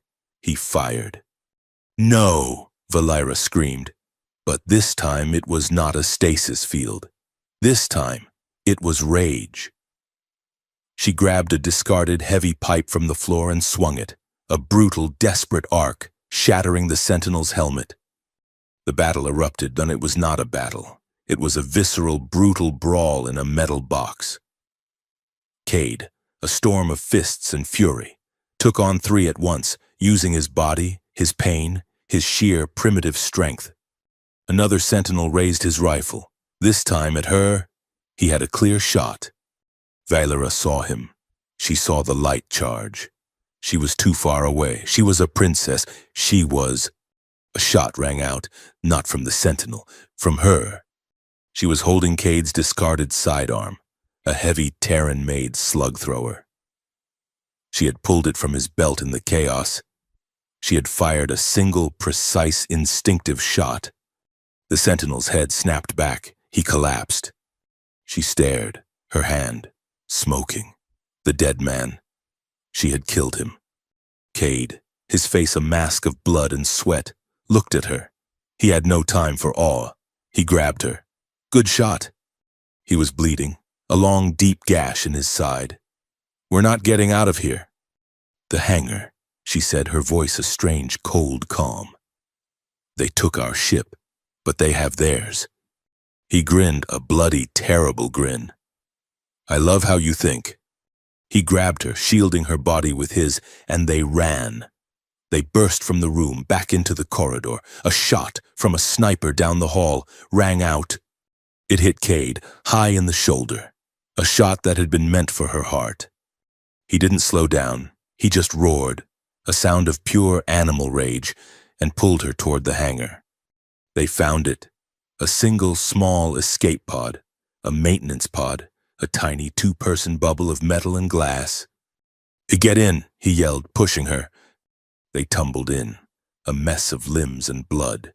Cade, his face pale, his blood on her skin, slammed his hand on the explosive bolts. With a deafening crack, the pod was launched, punched out of the station, tumbling, end over end, into the frozen, silent, beautiful void. They were adrift. The station, a star of angry lights, became smaller. The pod was dark, the only sound of their own, ragged breathing. The heating system was failing. The cold of the void was creeping in. Cade slumped against the wall, his hand pressed to his side, his breath shallow. "Well, that's a hell of a plan B."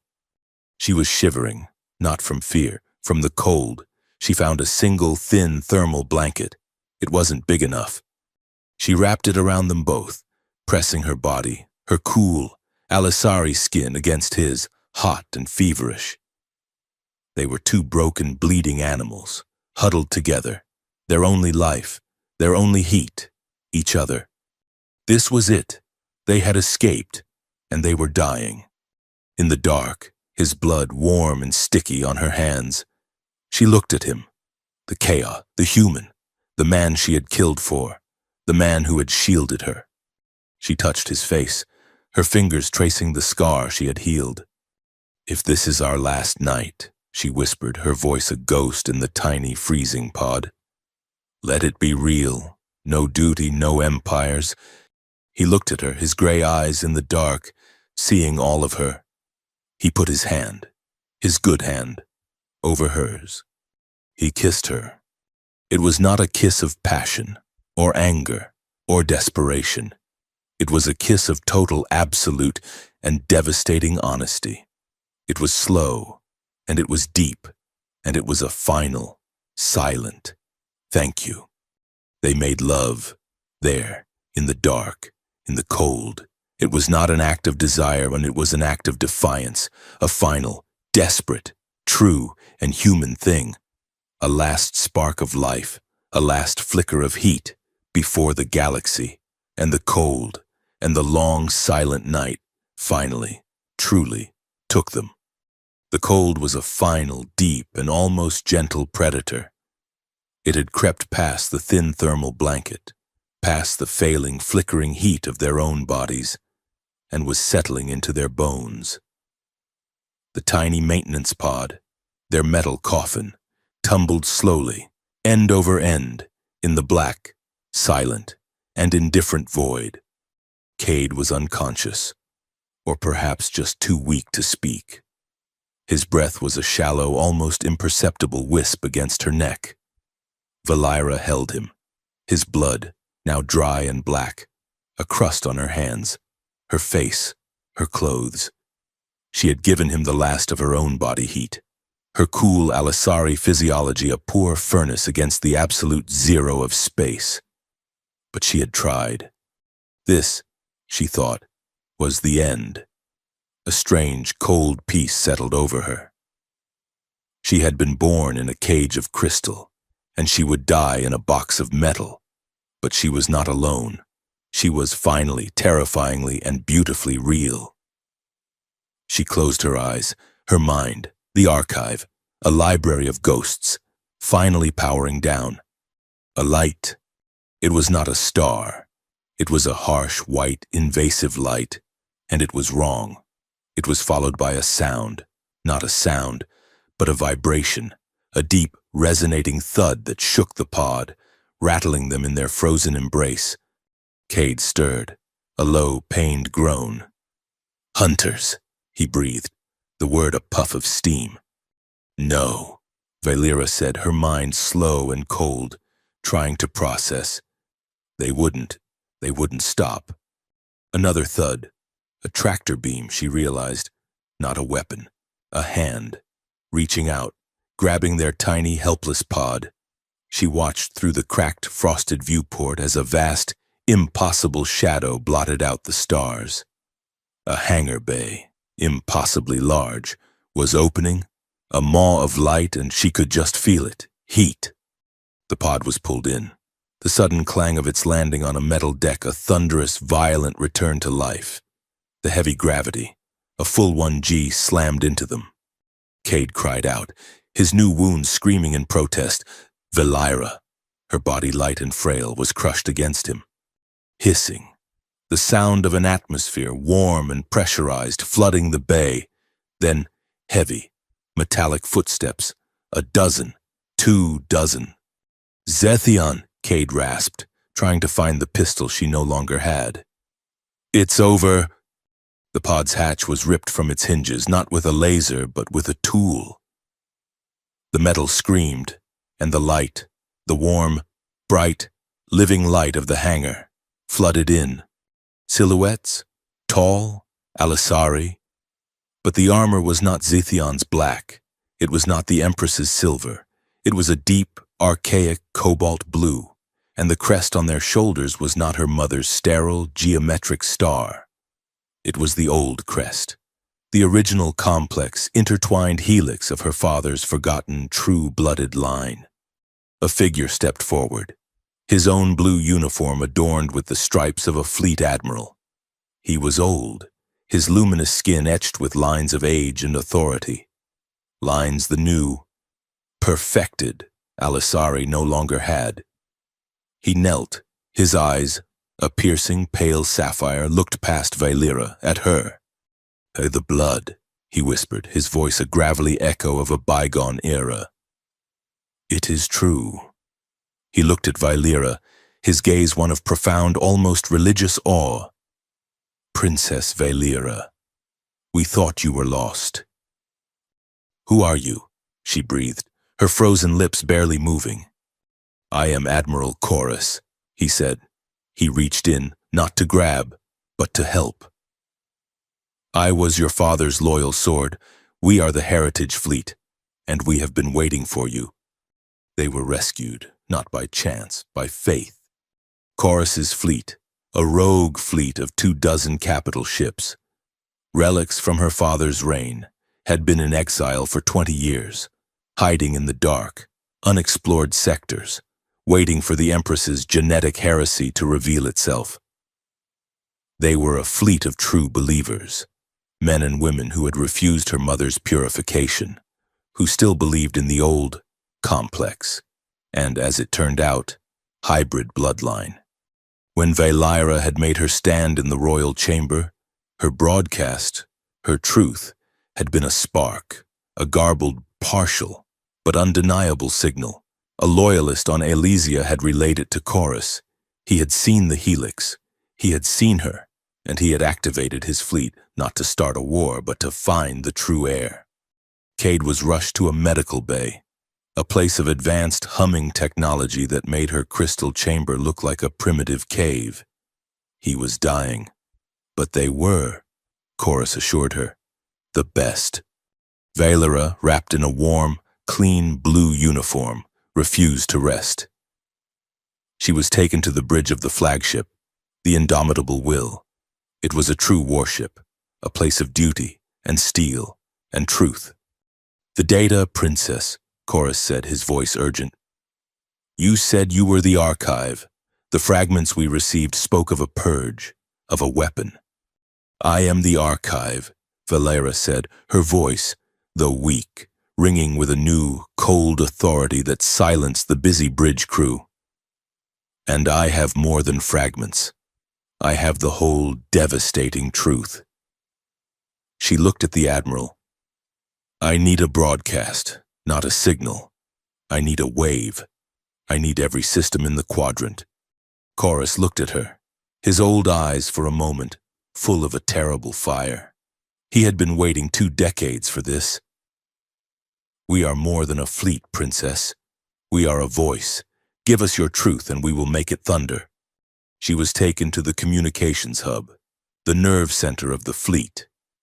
It was a vast hemispherical room, The walls a living map of the quadrant, every known system, every colony, every outpost, a point of light. She did not sit at a console.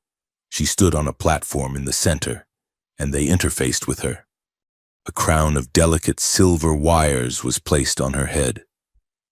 The cold, familiar sensation of a neural link.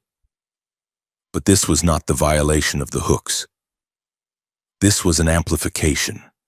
"We are linked, Princess," the technician's voice said. "The quadrant is listening." Valeera closed her eyes. She opened her mind. She was no longer Valeera. She was the archive. She was the truth. She sent it all. It was not a data dump. It was a story. Her voice, clear, cold, and perfect. A voice that was one part princess, one part hybrid, one part something entirely new, went out, carried on a wave of undeniable quantum-locked data. She sent the Hecate's whisper schematics, the cold, brutal technical proof of the genocide weapon. She sent the logs of the Traxxas sector purge, the lists of the dead, the voices of the victims. She sent the full, uncorrupted ancient data on the royal bloodline, the black helix, the human splice, her mother's name, her own name, a secret kept in blood and lies for 100 generations. She sent the audio of Zethion's ultimatum in the observatory. "You will extract its mind, or you will be charged with treason." She sent the video from the bridge of the Indomitable Will's sensor logs, of the Black Sentinels on Cathera, the betrayal, the execution orders. And she ended it, her voice, alone, without data, echoing across 1,000,000 worlds. "I am Valeera. I was a princess of the Alisari Empire. I am like so many of you. The war is a lie. The bloodline is a lie. The Empress is a fraud, and her enforcer, General Zethion, is a butcher. I am the proof, and I am not alone."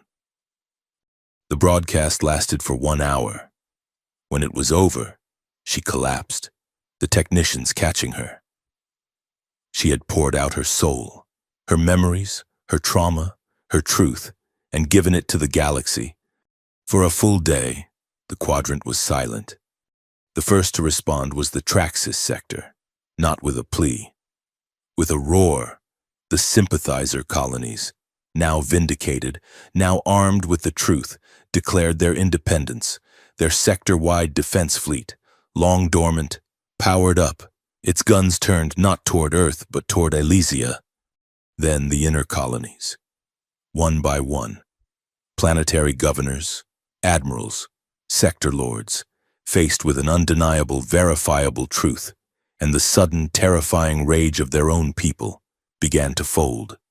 They did not join the rebellion, they simply stopped. They stopped taking orders from Elysia, the Alisari Empire, a construct of lies a century old, dissolved in 72 hours, on the bridge of his flagship, the Obsidian Blade. General Zethion watched the broadcast. He watched his own private, treasonous conversation with Valeera play out for his bridge crew. He saw the Empress's secret, the lie he had been unknowingly, fiercely protecting his entire life. He saw her, the hybrid, the lie. His world, his bedrock of duty, cracked. He was not the enforcer of an empire. He was the tool of a liar. "A false signal," he hissed, his face a mask of cold fury. "Track the source. Prepare to fire on the Traxxas fleet. They will learn." "No, sir." Zethion turned. It was his second in command, a captain of the Black Sentinels, his most loyal, most pure soldier. His hand was on his sidearm. The entire bridge crew was looking, not at the screen, but at him. "What did you say, Captain?" Zethion's voice was a blade. "I said no, sir," the captain replied, his voice cold. "We have been deceived. We are not butchers. We are soldiers of Elysia, not hers." "You are a traitor," Zethion snarled, his hand going for his own pistol. He was too slow. The captain was not a traitor. He was a man of duty, and his duty was to the truth. He, and 3 other sentinels on the bridge, fired at once. They did not arrest their general. They did not give him a trial. They simply, quietly, and efficiently executed him on his own bridge. On Elysia, the Empress, her mind, her power shattered by the broadcast, was a prisoner in her own chamber. The royal guard, their loyalty to the bloodline absolute, and having just seen the true bloodline revealed, had grounded her, surrounded the spire, and were, as they had been trained, awaiting orders. The orders came from Vylera. A delegation, led by Admiral Chorus, arrived on a new, neutral colony world, a place called Vardus. It was where Vylera had been for 2 weeks, watching the galaxy tear itself apart, and then, slowly, begin to heal. They found her, not in a throne room, but in a simple, white, medical recovery room. Cade was there. He was sitting up, his body patched and scarred, but his gray eyes, for the first time, full of a quiet peace. "Princess," Chorus said, his voice thick with emotion. He, and the 24 delegates with him, from all 4 corners of the former empire, knelt. "The Empress is contained. Zethion is dead. The purge is over." He looked at her, his eyes full in a way she had never seen. The true people ask for their heir. They ask for their queen. He was offering her the crown, her the hybrid, her the nothing, her the living proof of the lie, was now the only symbol of the truth. Vylera looked at the kneeling delegates, the men and women who had just overthrown a galaxy for her. She looked at Admiral Chorus, a man of duty, a man of her fathers. Then she looked at Cade. He was just watching her. No advice, no judgment, just waiting. He gave her a small, almost imperceptible nod. "Your choice." Vylera turned back to the Admiral. "Please, stand up." They rose, a parliament of expectant faces. "For my entire life," Vylera began, her voice quiet but filling the room, "I was told my life was for duty, that my heart, my mind, my blood, it all belonged to a throne." She walked to the window, looking out at the new alien city, a place of scaffolds and new, raw beginnings. "I have seen what that throne is built on," she said. "I have slept in the lie, I have tasted the blood." She turned, her eyes finding Chorus's. "I don't want a throne built on lies." She walked to Cade's bedside. He, understanding, swung his legs over the side, his bare feet hitting the floor. He stood, slowly, painfully. But he stood. She took his hand, their fingers, scarred and smooth, human and Alisari, lacing together. She looked at the Admiral, her gaze unshakable. "I want a life built on love." There was a profound, stunned silence. The delegates, men of politics and war, did not know what to do with this human sentiment. But Admiral Chorus, he, who had served her father, a man who had also, in his time, been accused of being too soft, too human, he understood. He saw the truth, not of the archive, but of her. He bowed, a deep and final bow. "Then may you have it, Vylera." He did not call her queen. He called her by her name. Time passed, a month, 2. The galaxy, wounded and chaotic, began to stitch itself back together. A provisional council, led by Chorus, began the long, hard work of building something new, a true, honest coalition. On Vardus, in a small, clean, functional apartment, Cade was packing. He was, at last, in a new, crisp, Terran coalition uniform. He had, at last, found a long-range transmitter. "They have to know," he said, his voice quiet. He was checking the power cell on his sidearm. "My superiors, Earth, they think I'm dead. They think the mission was a failure. They have to know it's over." Vylera stood in the doorway. She was not in a uniform. She was not in a royal robe. She was in simple black, functional trousers and a gray tunic. She looked like herself. "You're going back," she said. It was not a question. "I have to," he said. He wouldn't look at her. "I'm a soldier, Valira. I have to report in." He was going to leave. He was going to face his people. A soldier who had not just slept with the enemy, but had fallen in love with her. He was going to face a court-martial or a medal, or both.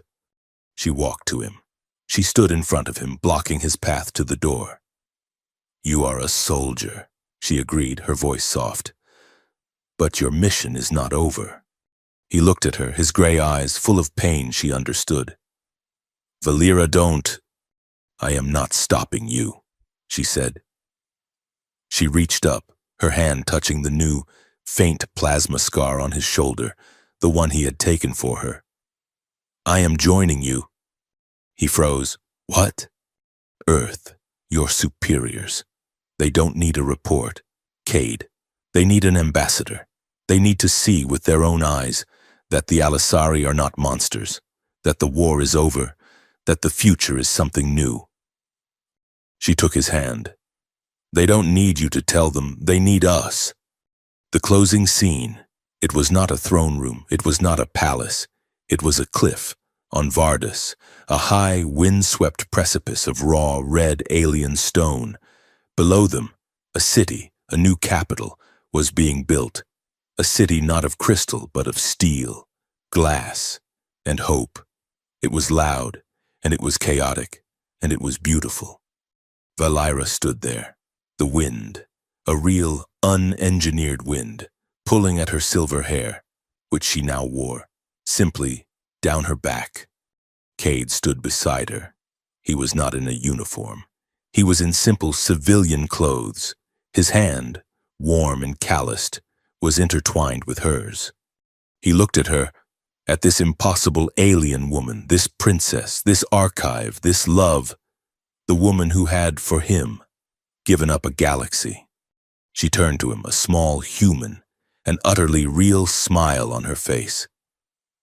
She knew his question. She knew his last, remaining fear. She turned back to the horizon, to the new city, to the new, shared, and unknown future. "We were never supposed to exist," she said, her voice clear, carrying on the wind. "But now the galaxy will have to live with us.